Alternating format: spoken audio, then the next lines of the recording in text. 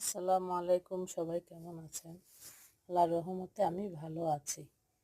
তো আজকে আপনাদের একটু ভিন্ন স্বাদের ফুচকা খাওয়া দেখাবো।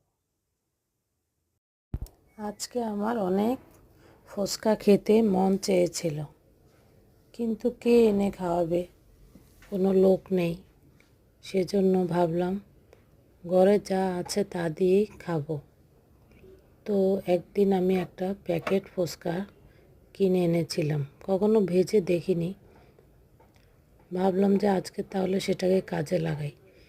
তো আমি তেলে ভেজে নিলাম। কি সুন্দর করে ফুললো, ভালোই ফুলেছে, খুব মচমচে হয়েছে। তো কি দিয়ে খাবো ভাবলাম, ভেবে দেখলাম যে ঘরে টমেটো, শসা, পেঁয়াজ দিয়ে যাই আছে সালাদ কেটে নিলাম, সাথে লেবু রস মিশিয়ে খেলাম। ভালোই লাগলো, অনেক স্বাদ লাগলো। যাক, ফুচকা তো খেতে পেরেছি, কী করবো আর। সেজন্য আপনাদের সাথে একটু শেয়ার করলাম, আপনারাও দেখেন। হঠাৎ করে ফুচকা খেতে মন চাইলে কিন্তু এভাবে খাওয়া যায়।